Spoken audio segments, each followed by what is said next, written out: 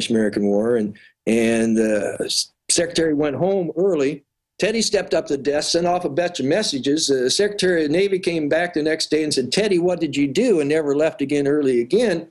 And basically what Teddy had done, he'd sent some messages to Dewey, because once the war got declared, we didn't go into Cuba right away, but we took the Philippines just right away. Okay, and the Filipinos were also fighting the Spanish too, but we met the Filipinos at the shore and said, oh, my little brown brother, and fought a horrendous war there against the Filipinos to take control over those islands. And it was because, see, Manila is the oldest Western port in East Asia, and it was very important to these opium smugglers. And so Arthur MacArthur was the first military governor of the Philippines, and who they sent over to be the first, they declared the war over before it was over and sent over the first civilian governor, and that was William Howard Taft, son of the founder of the Order of Skull and Bones and a member of the Order of Skull and Bones. Well, William McKinley asked Taft twice to be on the Supreme Court. That's a lifetime appointment. He turned him down twice. And if you look at the historical record, then McKinley got shot, and Teddy Roosevelt became president, and he asked Taft to be Secretary of War, and Taft said, okay, I'll be Secretary of War. If you look at what he did in the Philippines between being asked to be on the Supreme Court and finally leaving, was he had made opium illegal for the first time in modern Asia, and then he started the initiatives that started the Hague and the Shanghai Convention, which gives us our prohibitions that we have today. And these prohibitions have nothing to do with our health, have nothing to do with our children, have nothing to do with our community. They have to do with keeping in place a black market, which allows forces from out of the shadows to sell plants for more than gold. So that's, you know, that was, they got the Spanish-American War, okay? And then the next thing, what do they do? Well, Taft was president, and they got in place the Federal Reserve. Now, Taft said he wasn't for it, and so Wilson got Wilson in, and it was passed in the first year of Wilson's on, Christmas Eve. And an interesting thing is Skull and Bones was United States Treasurer at the time, and as it was also a member of Skull and Bones who was the president of the Federal Reserve Bank of New York, which is the most important bank. Okay, and so you get the Federal Reserve System in, which is fake money that's owned by somebody else, not by the people. Okay, and so then what do you have to do? Well, you got to get an income tax system. So they got the income tax system in, which was again done illegally. And so then you got to get something for people to get in debt to. So then you got World War I, you got World War II, and then they had this target date of 1950. And they wanted to have in place in 1950 having two things. They wanted to have in television and this modern education system. And you look at the modern education system, it was brought to us quite openly through a big campaign through the Masons, okay? And television, well, you look at Sarnoff and Paley, okay, of CBS, they were both involved in psychological warfare in the military in World War II. Paley had CBS radio before World War II, and after World War II, he wanted to start CBS television. He went to Prescott Bush at Brown Brothers Harriman. Prescott Bush raised all the money for CBS and was on the board of directors until the day he died. Wow. And then, like I say, they wanted to create this drugged out peace generation, okay? And but it kind of backfired on them, because when they were doing this illegality of drugs, they wanted to include cannabis. And one of the things that my studies in CIA drugs showed, that the whole cannabis is a gateway drug and all of that was an op that these guys had been starting to set up, so that their target was to opiate our whole generation, because they wanted to, again, get rid of a generation, make us weaker, okay? But for want of a better term, the cycle of generations has more moving parts, and so it's more intelligent, okay? And so the boomer generation, we saw all these assassinations, saw this war, all this dissension, and we jumped aside and created a counterculture, okay? And this counterculture was able to sustain itself because some of the people of the generation in the 1860s just went out in the woods and did weird stuff. And this culture was basically a joint of cannabis around a circle. Okay, and what came out of the hippies? Okay, the History Channel did a big 2-hour special about the hippies, and they said what came out of the hippies was the personal computer and the internet. Okay. And those are the tools that we as a society are using to fight this corruption that the secret societies are bringing to us, because that's all it is. It's just corruption and criminality. Okay. But the personal computer allows me to talk to you right now. And also it allows me, one person, to make a book. Okay. Oh, and the internet allows me to tell people about it. And the only thing we have from the historical record that even close is like Gutenberg's press. And Gutenberg's press got rid of the oligarchy of that day, which if you didn't believe them, they burnt you at a stake, and then brought us our republic by the books that were printed and were passed around. So I'm very hopeful because, you know, I started looking into this before the personal computer and the internet. And they were very much able to sequester this information because, I mean, Anthony was writing his books. There were people that were writing this, but the information was very sequestered, and you know, and now, you know, we're talking about it. It's good, and so I think good. Well, things yeah, absolutely, because books throughout history, the ability to read throughout history, I mean, has been very limited to the most powerful classes. Of course, now we have more widespread literacy, but there's still the limitation of it takes time to read it. You got to get your hands on it. Television was always meant to dumb us down and have us hand-fed limited channels of information. And you're right, the internet has blown all of that wide open. The pace of information and the amount of information available, and of course the interactivity. It's not someone hand-feeding you the info. You can create your own info and push it out.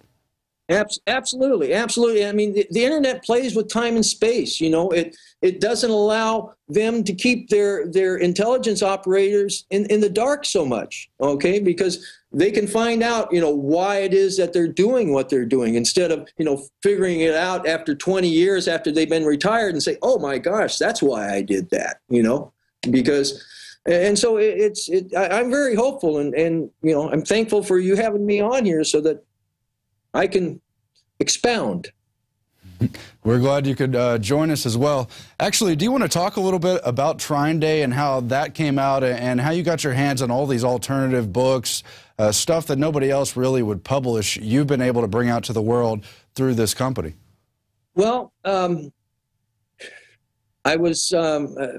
once the internet came around, I mean, I'd been starting to write about Skull and Bones a little bit before the internet, was trying to get, you know, I'd send it off to magazines and all kinds of places and book publishers. Nobody would do anything. And then the internet came around. I got to meet Anthony Sutton through the internet, became good friends with him. And then I was running an email list, so I still do, called CIA Drugs. And there was a gentleman on there, Daniel Hopsicker, and he was decrying. He says, you know, my book has been with an agent in New York for 2 years and nobody's going to print it. And after hearing that for a while, I finally said, well, Daniel, I've got a computer on my desk and they tell me I can make a book. Let's do it. So I helped Daniel make a book. And then Anthony told me his book was going out of print because at first nobody would print his book here, and he had to get them printed overseas, and they started getting stolen off the docks. And he was running a little newsletter, and one of the members of his newsletter had a mom and pop print shop in Montana, and they said, what do you mean nobody will print it? And so they printed it for many years. But they were shutting up their shop and were retiring. And so it was going to go out of print. And I said, Anthony, it can't go out of print. And it's never been in hardback. We need to put it in hardback. See, we can't get into libraries. So I went out and borrowed $5,000 and started a printing company, or started Trine Day. And once we were out there, I mean, it was amazing the response that I would get from, you know, all these different authors. I mean, I've got world-class authors, just a bunch of them, who nobody would print their books. No, nobody would print them. And, you know, I mean, I don't know, I read the Constitution. It seems to me there shouldn't be any problem in just printing a book. And so I just started. And it's been amazing because I call it suppressed, and there's a thirst, and there's a hunger for, people want to know what's going on. I mean, I want to know what's going on. I've got children, and I want to see a better world for them. And I mean, the changes that I've seen in my lifetime, if it keeps going the way it's going, they aren't going to have much chance of having a real life. So I do it because I like the Constitution of the United States, and I want a better life for our children. And, I go to our website, tryingday.com, and please support us and buy some books. We've got a lot of them at INFOWARS, too, at our INFOWARS store, and here's just 3 of them. I think we have more than 10 of your titles, but of course, Fleshing Out Skull and Bones. And this is great because this used to be out of print. I think I got my personal copy when it was like $70. Now it's $25. That's an incredible deal because it's got Tarpley's work in here, Sutton's, your research, Iserby's. I don't know these other authors, Altman and Bunch, but there's so much information in this book. Anthony Sutton's book has charts and diagrams and follows the family names, the political connections, and America's Nazi Secret. We had Loftus on last week. He's also interesting on some of this whole hidden history driven by these secret societies. And once you open your mind to that and begin to follow the facts and realize this really is going on, it's not, quote, conspiracy nonsense or something, that this is based in the real history and it's just the beginning of understanding what the real history is, you'll never be the same. That's what I think. Absolutely. Absolutely. I mean, you remember a time, don't you, when you thought the Federal Reserve was part of the government and your money was real money? Well, I think we all had to learn, yeah. Yeah, I mean, I thought that, it took me, what do you mean it's not part of the federal government? What do you mean? But there's really no going back once you start to understand, And so I strongly recommend people to look into it, find something that interests you and follow it down. And yet Mr. Loftus is just amazing. I mean, that book that we published of his had been nominated for a Pulitzer, and it had to gone through CIA censorship. When it was on 60 Minutes, Mike Wallace got an Emmy for the show that he had for that book. Then we finally get to publish it without having to go through CIA censorship, and we get no interest from the mainstream media at all. Matter of fact, I get some AP reporters call me up and say, "Oh, send me a copy of the book," and we send them a copy of the book, and then about week 10 days later, these 2 guys have a front page story on the New York Times all about what's in Loftus's book, except not going quite as far. It's, they're doing a modified limited hangout, and doesn't mention John, doesn't mention his book at all. It's just amazing. And the stories I could tell you about what has happened in Hollywood on people that have wanted to make these books into movies, it just, makes you cry almost. I mean, it's just amazing. The stuff they pull. They don't like me printing books, but they definitely do not want any of these books and any of these stories into movies. They just pull out all the guns. It's amazing, isn't it? You've pretty much said it about the drugs and the CIA, but there's no question that there's a common link, A, between Skull and Bones, CIA drug running, but B, between a lot of loosely connected, seemingly unconnected events from Iran-Contra and the modern day, JFK assassination, and so many coups and plots around the world, is there not? Absolutely. Absolutely. I mean, it's when you start